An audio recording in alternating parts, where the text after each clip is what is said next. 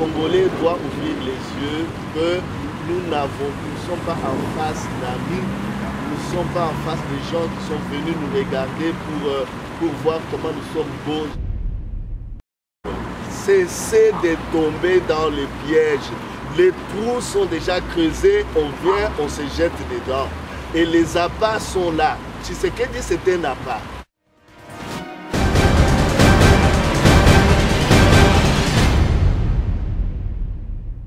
Chers téléspectateurs du micro du Pasteur Bobo, partout où vous êtes, à travers le monde, nous vous disons bonjour ou bonsoir, ça dépend de l'heure à laquelle vous nous regardez. Nous sommes à Bruxelles, Bruxelles, capitale de la diaspora congolaise, mais aussi capitale de l'Europe. Nous sommes avec l'ingénieur Achille Lungeni, que vous aimez tant. Nous sommes encore avec lui et nous allons essayer un peu de parler RD Congo. Bonjour, ingénieur Achille. Bonjour, Pasteur Bobo. On vous suit partout à travers le monde. Comment vous vous portez, ingénieur? Ça va très bien, mais quand nous portons la peine de nos frères et sœurs, ça veut dire que nous avons cette peine-là comme une femme qui veut accoucher, c'est une peine douloureuse aussi. Vous avez appris d'abord de l'abbé Malou. Votre réaction? Non, j'étais triste. Enfin, contrairement à ce que peut-être les gens peuvent penser, c'est un abbé, c'est un homme de Dieu, mais il a fait des choses qui n'étaient pas correctes. Donc, que Dieu ait vraiment puisse avoir miséricorde sur son âme. C'est ça notre rôle en fait. Il est congolais et nous ne pouvons pas commencer à nous condamner ou à nous culpabiliser entre nous aussi longtemps qu'on n'a pas encore trouvé de solution. Mais la seule leçon qu'on donne dans tout ça, c'est que les Congolais doivent ouvrir les yeux que nous ne sommes pas en face d'amis, nous ne sommes pas en face des gens qui sont venus nous regarder pour voir comment nous sommes beaux, je le répète. Ça, c'est la première chose. La deuxième chose, il faut que le Congolais cesse de voir le panneau danger qu'après les communes. C'est après les problèmes que nous voyons maintenant. Oh non, il avait fait ça. Pourquoi il avait fait ça? Au moment où on est en train de nous donner des conseils, et surtout, la diaspora congolaise ne dit pas des choses pour seulement se faire plaire. Quand je parle de la diaspora, c'est-à-dire que le Congolais d'origine qui sont dans la diaspora ne parlent pas parce qu'ils veulent critiquer, parce qu'ils veulent parler. Nous voyons les panneaux danger déjà à l'avance. Et ainsi nous disons à nos frères qui sont noyés dans ces histoires, attention, ne faites pas ça, ne faites pas ça. Mais comme il y a un esprit d'orgueil, un esprit de manipulation qui est en eux, ils ne s'écoutent pas. Et quand on y ajoute aussi la compromission, des gens qui sont compromis dans des histoires bidons, voilà, donc, mais nous vous aimons, comme aussi nous avons aimé notre frère Malou qui vient de nous laisser. Vraiment que sa famille, parce qu'il a une famille, même s'il est abbé, que sa famille soit consolée et que notre Seigneur console aussi le cœur de ses proches. Que va retenir le Congo sur Malou? La fraude, la tricherie, la malhonnêteté, et puis, comment on appelle là, beaucoup de mauvaises choses. Moi, je n'ai pas en tête quelque chose de bon.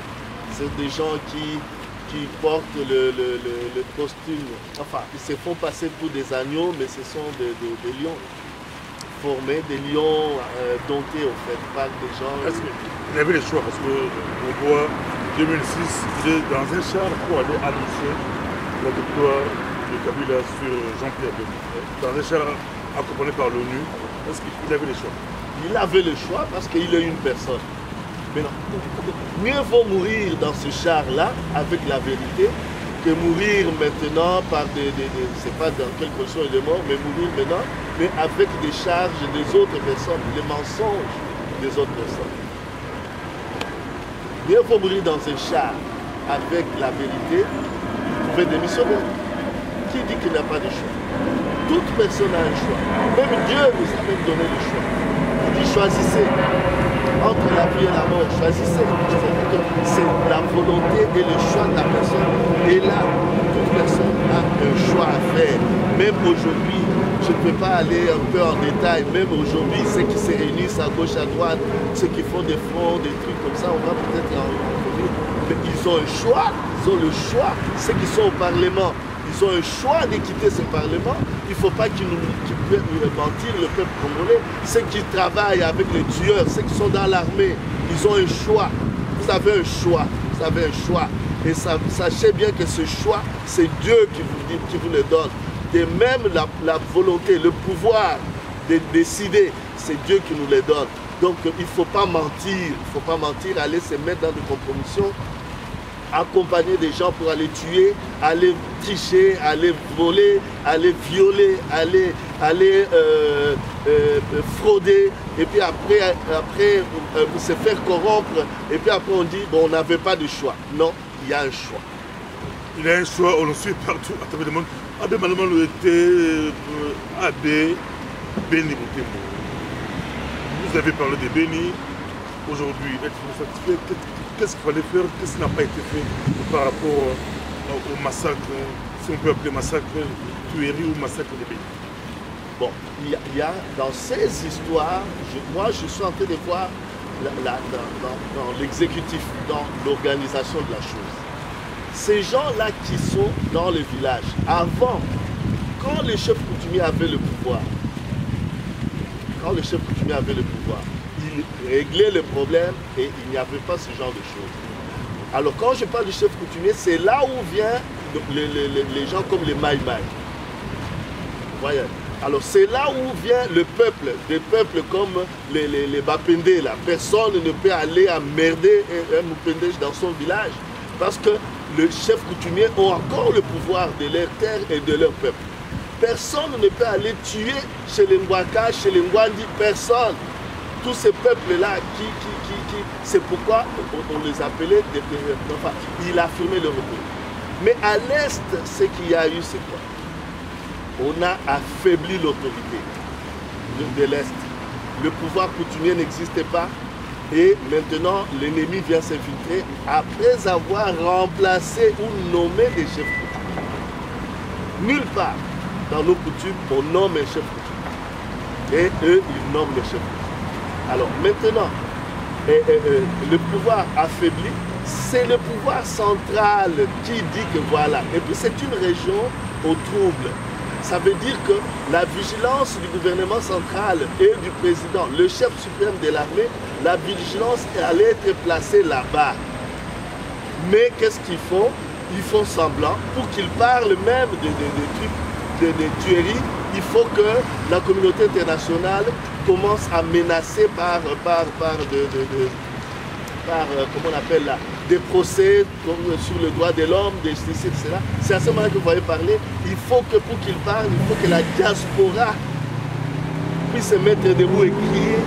Et à ce moment-là, on parle. Donc, ce n'est pas la faute à ceux qui sont à Béni, c'est la faute à ceux qui ont pris le pouvoir pour qu'ils puissent donner la paix au pays. Mais ils ne la donnent pas, au contraire, ils favorisent des crimes.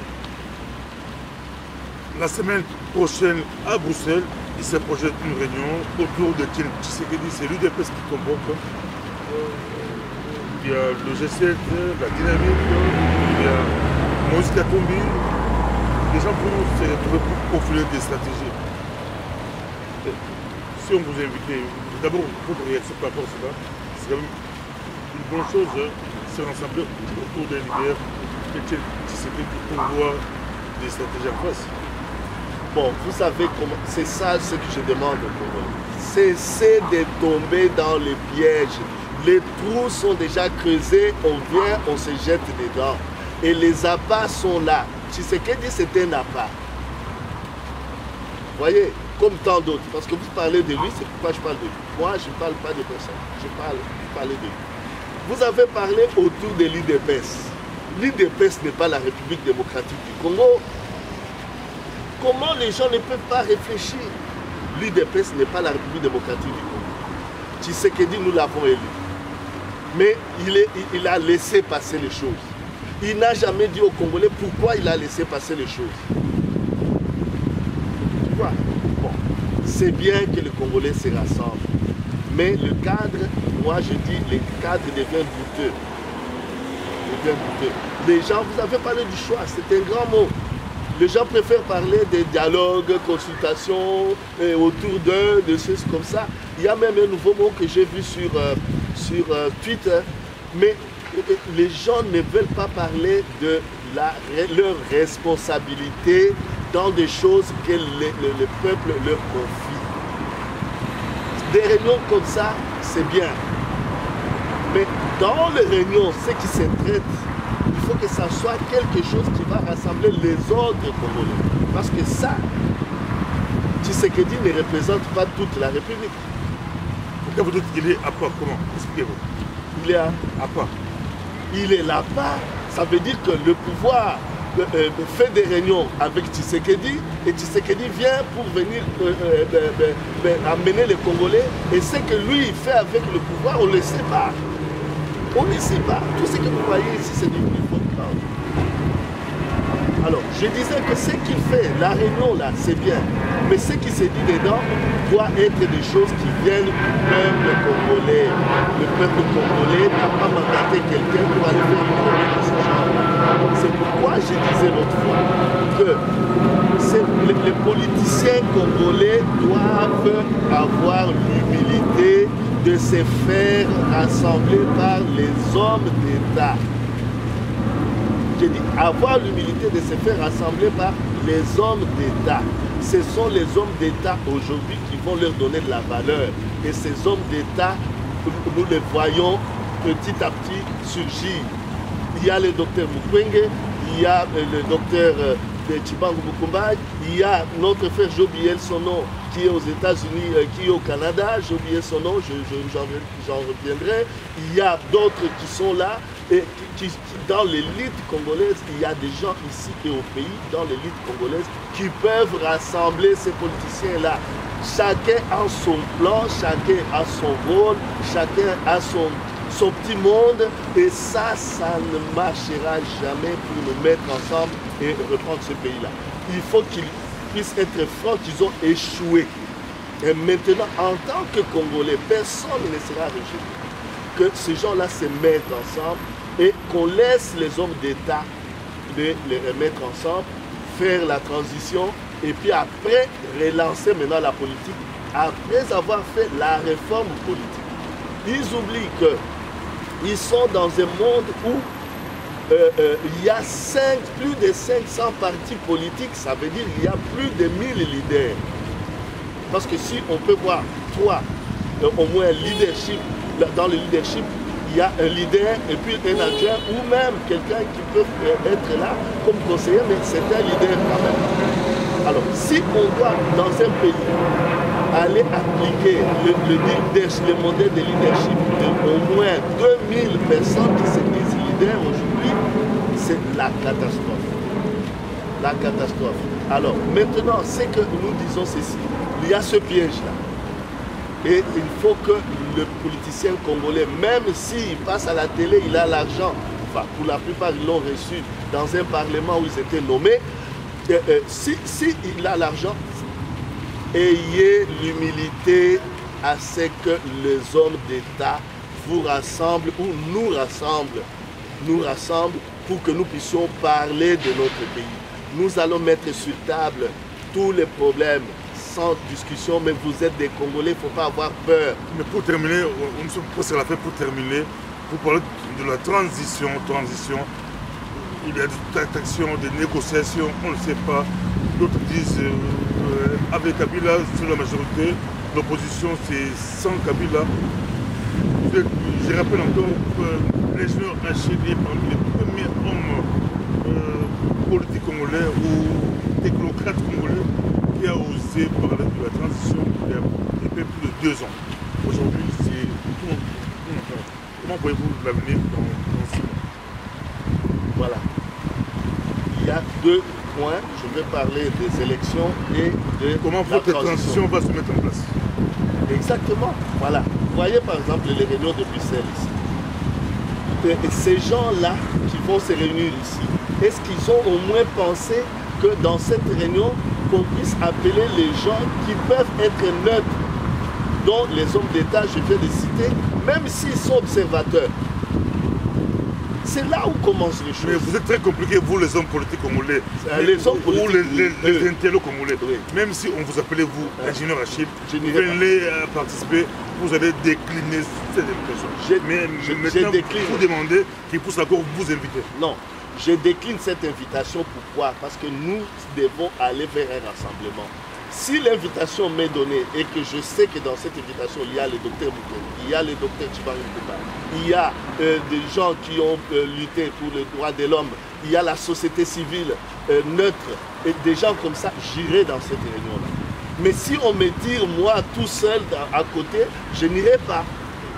Je n'irai pas, parce que ça, c'est leur histoire qu'ils sont en train de faire. Ça ne concerne pas le Congo.